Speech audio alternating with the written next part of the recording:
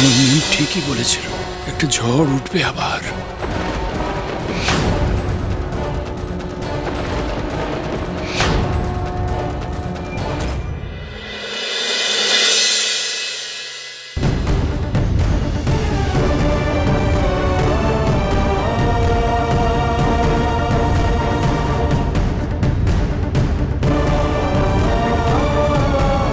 খবরদার, আর এগিও না, আর এক পাও বাড়িও না।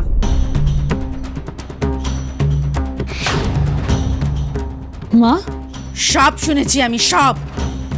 যে মূর্খামি করে এসেছো তোমার বাবা সবটা আমায় বলেছে। মূর্খামি? তা নয়তো কি? তুই এত বোকা রে? হ্যাঁ, এত বোকা? নিজের হাতে নিজের সর্বনাশকে এমন ভাবে করতে পারে করি? এসব কথা কি বলছো তুমি? ঠিক বলেছি আমি, কিচ্ছু ভুল বলিনি। বরঞ্চ তুমি যে ভুলটা করেছো সেটা তোমার চোখে আঙুল দিয়ে দেখিয়ে দিতে চাইছি। কোনো ভুল আমি করিনি মা, বরং ভুল এতদিন ধরে হচ্ছিল। আজ সেই ভুলটা শুধরে দিয়ে এলাম। মাথাটা গেছে না? একেবারে মাথাটা গেছে তোর। নিজের হাতে এত বড় সর্বনাশ করলি তুই। কি ছিল না তোর? ভগবান তোকে কি দেননি? অমন সুখের সংসার, অমন স্বামী, অমন সুন্দর বাড়ি। শুধুমাত্র অতীতের একটা সামান্য ঝামেলাকে টেনে এনে সেটা নিজের হাতে শেষ করছিস তুই। জেঠু আমাদের জন্য কি কি করেছে তুমি কি করে ভুলে যেতে পারো? আমি কিচ্ছু ভুলিনি করি, আমি ততটা বেঈমান নই। দাদা এবারের জন্য কি কি করেছেন সেগুলো কি আমি নিজের চোখে দেখিনি? আমি ভুলে যাব? তাহলে তুমি এই কথাগুলো কি করে বলছো? জেঠু ছিল বলে আমরা খেয়ে পড়ে বেঁচেছিলাম। এই যে আমাদের বাড়ি, এত বড় একটা বাড়ি, আমাদের আশ্রয়, আমাদের মাথার উপর ছাদ। জেঠু না থাকলে এটা কি হতো? হতো না। দিন রাত অক্লান্ত পরিশ্রম করেছে মানুষটা। একটা কথা ভুলে যেও না মা, বাবা যখন 6 মাস কোমরের যন্ত্রণায় বিছানায় পড়েছিল তখন কিন্তু জেঠু একা হাতেই এত বড় সংসারটা সামলেছে। হাড় ভাঙা খাটুনি কেটেছে মানুষটা, আমাদের কোনোদিন এতটুকু অভাব বুঝতে দেয়নি। সারা জীবন দাদার থেকে আমাদের 3 বোনকে বেশি ভালোবেসেছে। আর তুমি বলছো সবকিছু ভুলে গিয়ে আমি বেঈমান, অকৃতজ্ঞ হয়ে যাই। না না না না না করি না। আমি ভুল বুঝছিস, তুই ভুল বুঝছিস। তোর জেঠু আমাদের জন্য যা করেছেন আমি কখনো বলবো না সেগুলো ভুলে যা। আমি কখনো সেগুলো ছোট করবো না, করতে পারি না করি। আমি শুধু একটা কথাই বলতে চাইছি, যে মানুষটা চলে গেছে সে মানুষ তো আর ফিরবে না, ফিরবে। আর ধর আজ যদি তোর জেঠু বেঁচেও থাকতেন, তিনি চাইতেন না তার করি সুখে সংসার করুক? চাইতেন না বল? জেঠু আর বেঁচে নেই মা, কিন্তু জেঠুর আদর্শ বেঁচে আছে, সেটা মরে যায়নি। জেঠুর আদর্শই আমাকে শিখিয়েছে কোনো দিন অন্যায়ের সাথে আপোষ না করতে। তোর এই যে তোর একদিন সর্বনাশ ডেকে আনবে, খড়ি সর্বনাশ ডেকে আনবে। আজ বুঝতে পারছিস না তো? যেদিন বুঝবি সেদিন কিন্তু তোর কিচ্ছুটি করার থাকবে না, তার আগেই সবকিছু পুড়ে ছাই হয়ে যাবে। আমার কপালে যদি সর্বনাশ লেখা থাকে হবে সর্বনাশ, কিন্তু জেঠুর খুনিকে শাস্তি দেওয়ার যে প্রতিজ্ঞা আমি করেছি সেখান থেকে এক পাও আমি সরব না।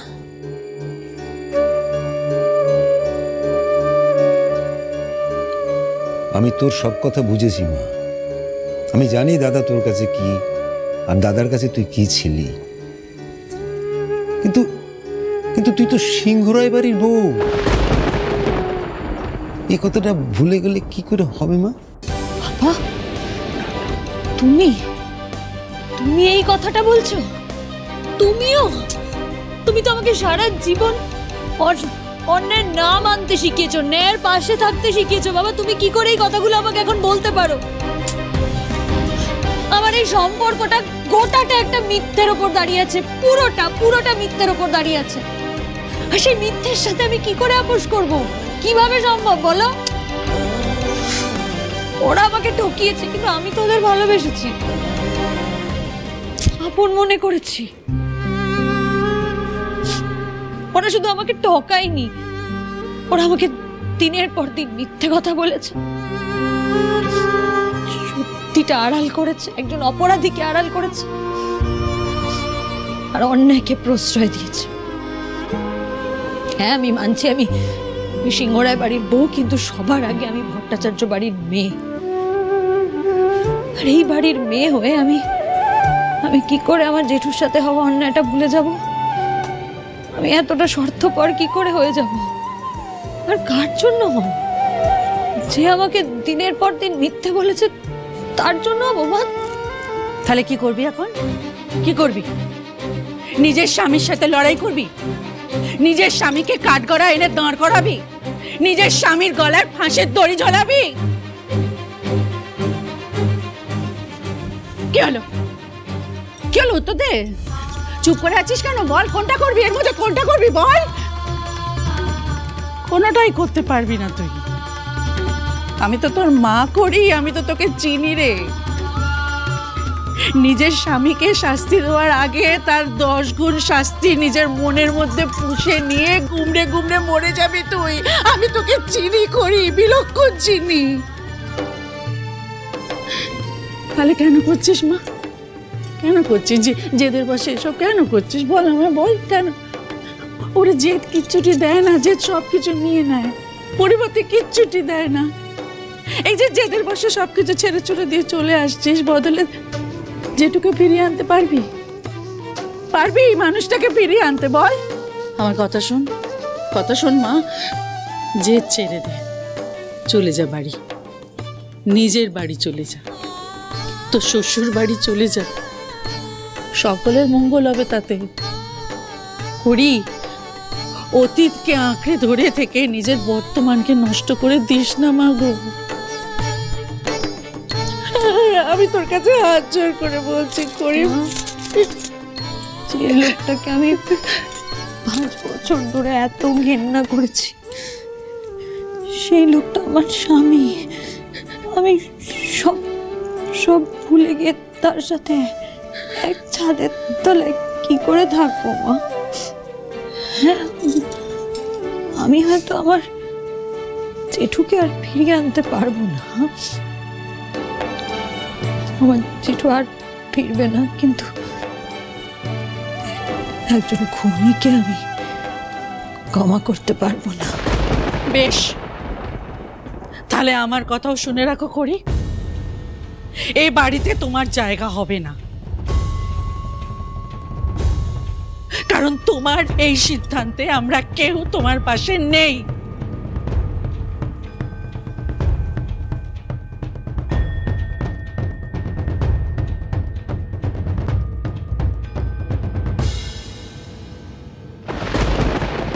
ঋদ্ধিমান, তুমি কেন এভাবে খড়িকে যেতে দিলে? এইভাবে সিচুয়েশনটা ডিল করা উচিত হয়নি ঋদ্ধিমান। মান অভিমানের সময় নয় এটা। আর ঠাকুরপো, তুমি তো বলেছিলে যে যার সাথে ঋদ্ধিমানের গাড়িটার অ্যাক্সিডেন্ট হয়েছে সে ভালো আছে, সুস্থ আছে, তাকে আমরা কম্পেনসেট করেছি। তাহলে এইসব কি? বড় বৌদি ও তো বলতে গিয়েছিল, কিন্তু খড়ি এত রেগে ছিল যে কিছু বলে লাভ নেই। যদি লাভ হতো তাহলে হয়তো বলতাম। আমি জানি উনি কোনো কথাই শুনতেন না। কিন্তু আমি একটা কথা বুঝতে পারছি না। দেখো, খড়ি তো যথেষ্ট বুদ্ধিমতী মেয়ে, সব দিক বিবেচনা না করে এরকম একটা অভিযোগ, তাও আবার ঋদ্ধির বিরুদ্ধে, এটা তো করতে পারে না। তাহলে কি আমাদের কোথাও একটা খুব বড় ভুল বোঝাবুঝি হচ্ছে? আমি যা বলছি না তার সব প্রমাণ আছে, এগুলো আমার মন গড়া কথা নয়। পুলিশের ফাইলের রেকর্ড আছে। WB02AP2145 আপনার গাড়ি, তাই তো? ওই গাড়িটাই আমার জেঠুকে পিষে মেরে ফেলে। আচ্ছা, খড়ি কি সব প্রমাণের কথা বলছিল না? আমরা কেউ তো সেটা শুনলামই না। হ্যাঁ, ওই গ্যারাজ আর ডায়েরি থেকে কি জানতে পেরেছে সেটা একবার আমাদের ক্ষতি দেখা উচিত। কাউকে কিছু জানতে হবে না।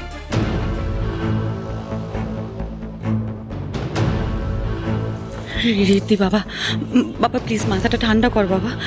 এই রাগের মাথায় আর কোনো ডিসিশন নিস না প্লিজ। না ছোট মা, আজকে ঋদ্ধিমান সিংহ রায়ের উপর আঙুল উঠেছে, খুনের দায় এসেছে, তাই কাউকে কিছু করতে হবে না। যা করার আমি করব। কে সত্যি বলছে কে মিথ্যে বলছে সবটা খুঁজে আমি বের করব।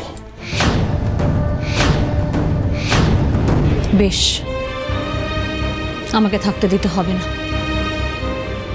আমি চলে যাব এখান থেকে।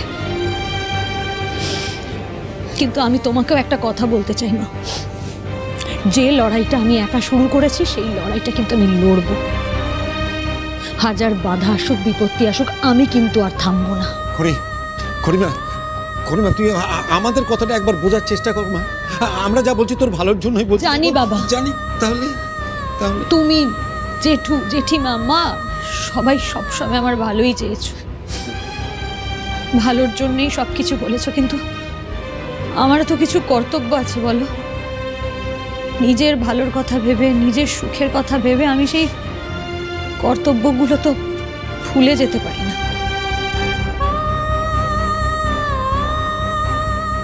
খড়ি,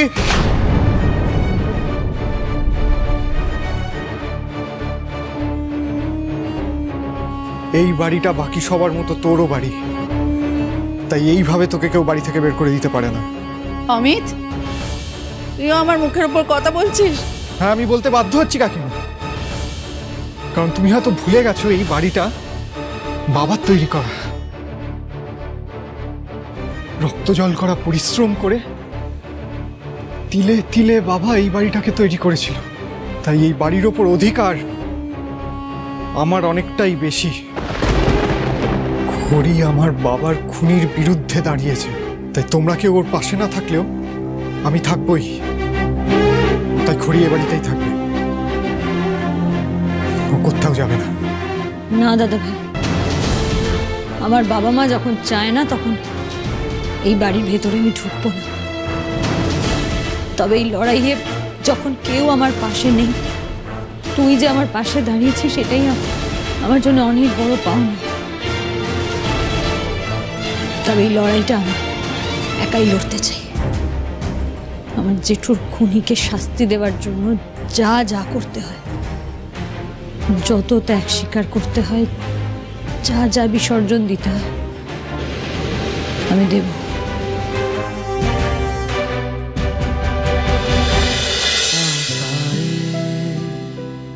আমি অনেক আগেই আপনাকে মন দিয়ে ফেলেছি ঋদ্ধিমান বাবু। এই খড়ির মনের রাস্তা আপনি অনেক অনেক দিন আগে খুঁজে পেয়েছেন। আপনি জানেন না আমার জেঠুর খুনি কে? না করি, আমি জানি না বলেই তো বারবার আপনাকে জিজ্ঞেস করছি কে সে। আপনি সিংহ রায়, আপনি। इश्क सच्चा वही जिसको मिलती नहीं मंजिलें। ঋদ্ধিমান সিংহ রায় কিন্তু পছন্দ করে কারোর জন্য শাড়ি কিনে দেয়নি আজ অব্দি। হ্যাঁ, সুতরাং এনে দিয়েছে, ইউর প্রিভিলেজ। रंग थे नूर था जब करीब तू था। আপনি যেটা ভাবছেন সেটাই ঠিক। আমি খুনি, আমি অপরাধী, আমি সবকিছু। কিন্তু পারবেন তো এই ঋদ্ধিমান সিংহ রায়কে প্রুফ করতে যে সে আপনার জেঠুর খুনি? लिख के छोड़ गया तू कहाँ। দেখেছিস আমরা ঋদ্ধিকে কষ্ট দিয়ে ও নিজে কেমন কষ্ট পাচ্ছে। জানি না ওদের এই মহান অভিমান, অতীতের ভয়ঙ্কর শক্তি শেষ পর্যন্ত ওদের এই সম্পর্কটা কোথায় নিয়েছে। ভয় করছে কম, বড্ড ভয় করছে। অনেক কষ্টে একটু সুখের মুখ দেখেছিল আমার খুড়ি। সারাটা জীবন অন্যের জন্য প্রাণপাত করে খেটে যাওয়া মেয়েটা তার নিজের জীবনে আগলে রাখার মতো একটা মানুষ পেয়েছিল। এখন সে সব কি এক ধাক্কায় শেষ হয়ে যাবে?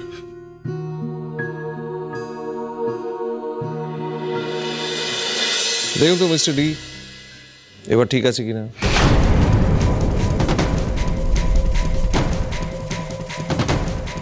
হরি বেচারি বুঝতেও পারবে না যে নিজেদের লোকেরা আরো কত আঘাত করবে ওকে।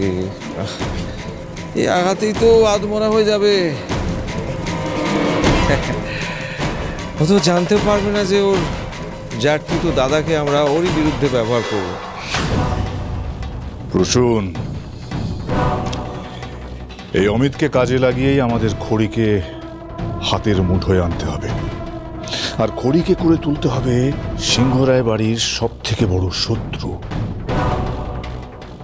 আর একবার ঋদ্ধির মনোবলটা যদি ভেঙে দেওয়া যায় তাহলেই সিংহরায় জুয়েলার্স ধুলোয় মিশে যাবে। কারণ আমি জানি এই মুহূর্তে সিংহরায় জুয়েলার্স একজনের কাঁধের উপর ভর করে দাঁড়িয়ে রয়েছে, আর তার নাম হলো ঋদ্ধি। একবার যদি ঋদ্ধিকে ভেঙে ফেলা যায় তাহলে ওই সিংহরায় জুয়েলার্সকে তুলে ধরার মতো আর কেউ থাকবে না। আর তখনই ওরা বুঝবে দেবাংশু কে।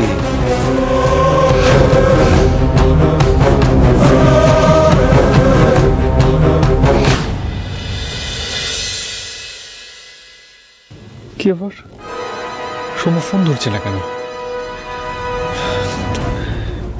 সবকিছু একমাত্র সময় বলতে পারে। সত্যিটা একমাত্র ওই জানে। সেদিন রাতে আমার হাতে হওয়া অ্যাক্সিডেন্ট আর খড়ি জেঠুর মৃত্যু যে অ্যাক্সিডেন্টে হয়েছিল সেটা একমাত্র সময় বলতে পারে কি করে হয়েছিল।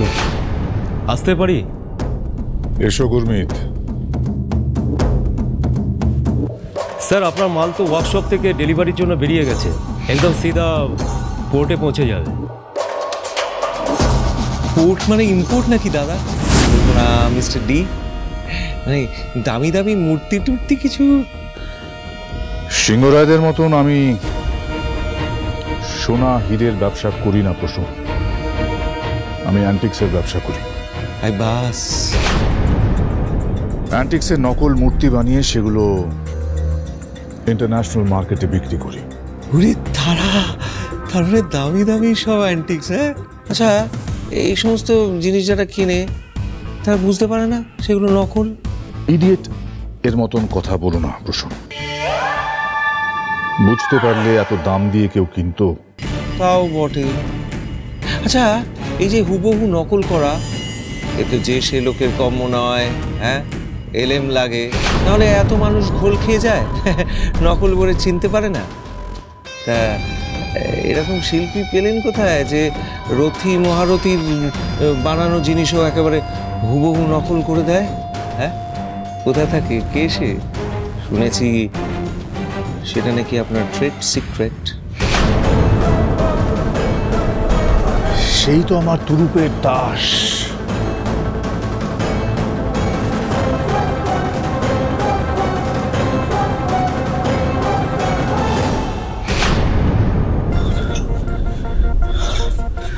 সুমো তো ফোনই ধরছে না, তাহলে কি করে আমি সত্যিটা জানবো?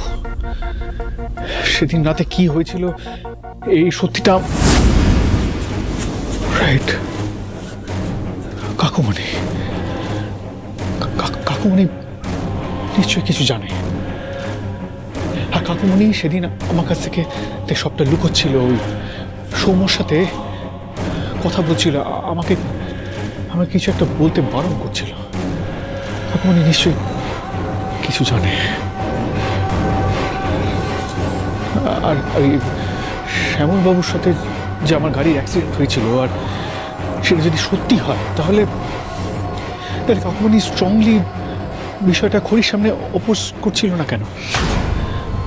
কিছুই তো বললো না, ওখানে চুপ করে থাকলো। তার মানে কাকুমণি কিছু জানে, আর কাকুমণিকে আজ আমায় সত্যিটা বলতেই হবে।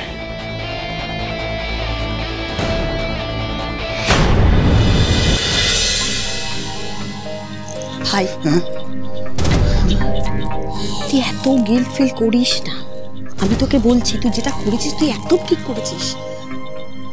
দিদি, সেটা তুই বুঝতে পারছিস, কিন্তু এই বাড়ির সবাই সেটা বুঝবে না, সেটা আমি জানি। ভাই, দরকার হলে আমাদের বাড়ির সবাইকে সেটা বোঝাতে হবে, আমরা বোঝাবো। এতগুলো বছর আগে এই কেসটাকে তুই অন্যরকম করে ঘুরিয়ে সাজিয়েছিস কার জন্য ভাই?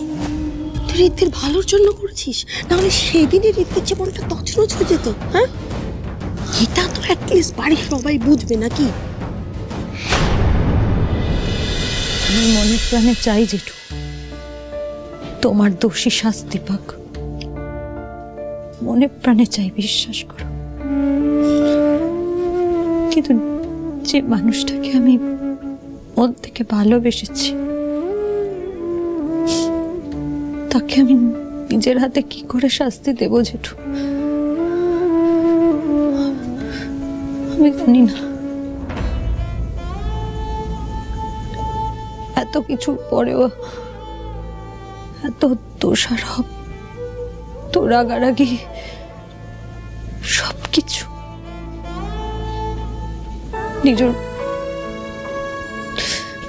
নিজের মনের মধ্যে জমে থাকা সমস্ত ক্ষোভ উগড়ে দেবার পরেও কেন আমার বারবার এই কথাটা মনে হচ্ছে জেঠু, ঋদ্ধিমান এই কাজটা করেননি? কেন মনে হচ্ছে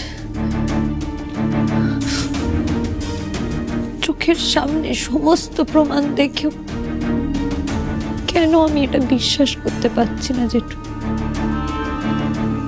কেন পারছি না? আমার বোন বলছে যে তুই যেভাবে গল্পটাকে সাজিয়েছিস বাড়ির লোক সেটাকে বিশ্বাস করবে, সত্যিটা কেউ জানবে না। একটু ধৈর্য ধর।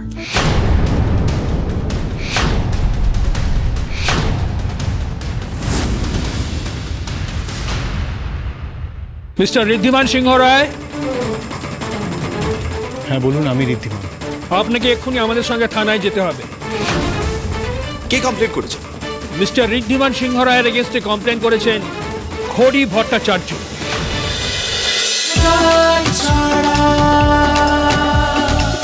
চলো চলো চলো চলো চলো পাল্টাই।